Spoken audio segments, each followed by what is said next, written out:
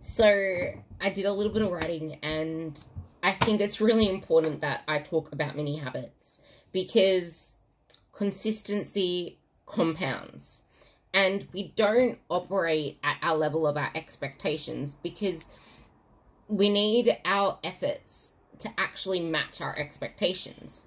We need our processes to match our expectations, our actions, all of the little things. Otherwise, our expectations are pretty much separated by a river. So remember one thing: we do not operate at our level, at the level of our expectations. We operate at the level of our training. Now, the reason I say training is because mental training, body training, it all encompasses the same effect, and that's pushing you outside of your comfort zone. It's pushing you to get uncomfortable. It's the training in terms of setting up systems. Like in the gym, you have a program to follow. At home, if you don't have if you come home when you're stressed out, when you've had a big day of work, if something pops up on the way home and you turn up later than usual, any type of thing like that, and you haven't already set up a schedule, you haven't already set up a routine, or just put something in place to prep for success. Uber Eats, the kids' lollies, raiding the cupboard.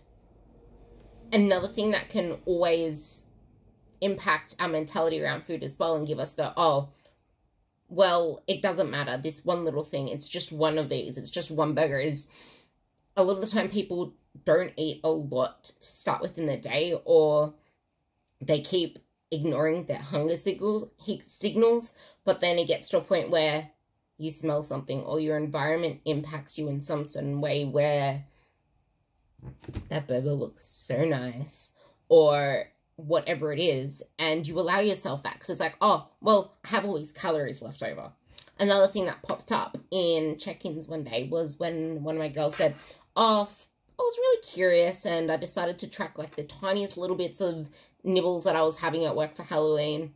Never again. I'm like, you really realized how much the tiny little things can add up. Make sure you are not letting a single nibble, taste, whatever go by, because a lot of the time we don't realize how calorie dense one little bite can be of anything. Like a vanilla slice, it might be small, but it's deadly. Like it's got whatever friggin' bottom base of it is, just because it's like raw organic dates or almond meal, whatever, and then it has whatever caramel slice in between just because it has freaking coconut oil or whatever the hell's in there.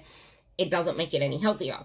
You have one bite of that one bite could easily equate to like 80 calories, literally, because it is so calorie dense. It could even equate to 100 calories, depending on the amounts of fats in it, because every gram of fat equals 9 calories.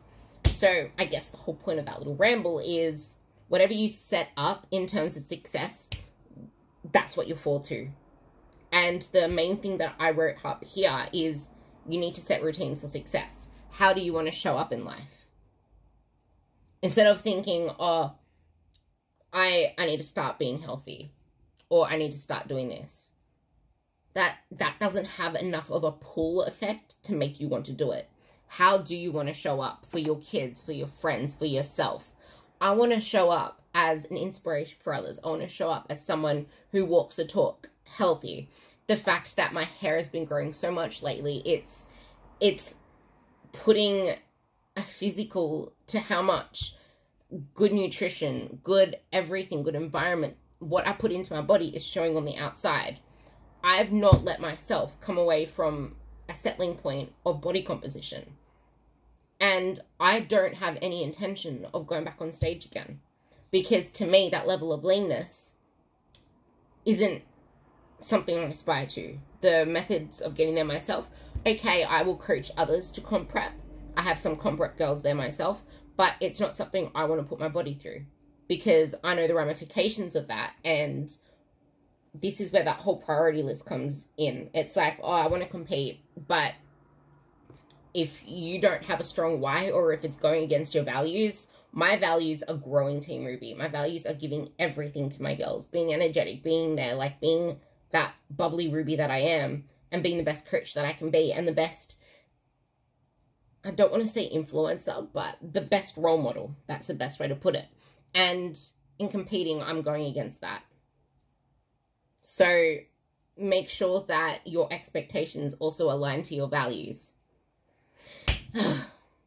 So yeah, how do you want to show up? Because consistency compounds, and it's not by doing, everyone thinks that, so imagine a ladder.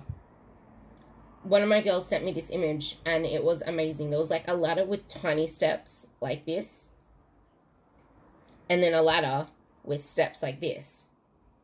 Now, if you haven't already done the growth work, you're not going to reach that first rung if you're trying to jump that high.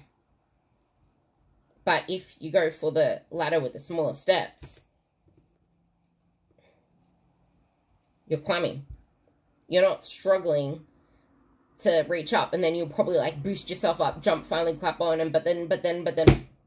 No, get the small steps. Because it's not the big grandiose moves, but it's doing the same repetitive, the same small movements over and over again. It's hard work. It's doing those same things over and over again. And yes, it is hard. And it's sometimes having to do those small things even when you don't want to do them. Even when they're not attractive at all. Even when, like, you get bored of doing the same stuff over and over again. But you need to earn your easy. If you're just starting out, stop trying to make things more complex. As my own mentor says, a lot of people cannot walk and chew gum at the same time. So it is so important to keep shit as simple as possible and repetitive. Suck it up. Yeah, okay, it's boring. Yeah, okay, you're going to have to keep things as simple as possible and not attractive. But if you are not ready to yet make things more interesting, have more variety, like, I know for sure if I was given a whole buffet of food, for example, I would eat a lot more than if I was given just one set meal. Because I'd want to nibble a little bit here, nibble there, try a little bit of everything.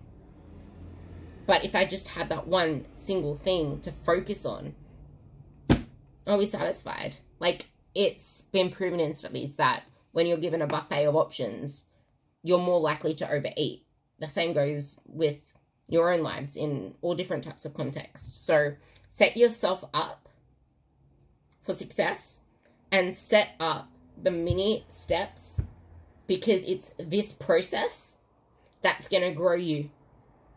It's going to teach you. You're going to learn from it, and you're going to get stronger. You'll get more tools in your toolbox. Remember, the process comes first. The process should always be the focus, not the outcome. Consistency compounds, and then you can build on top of that.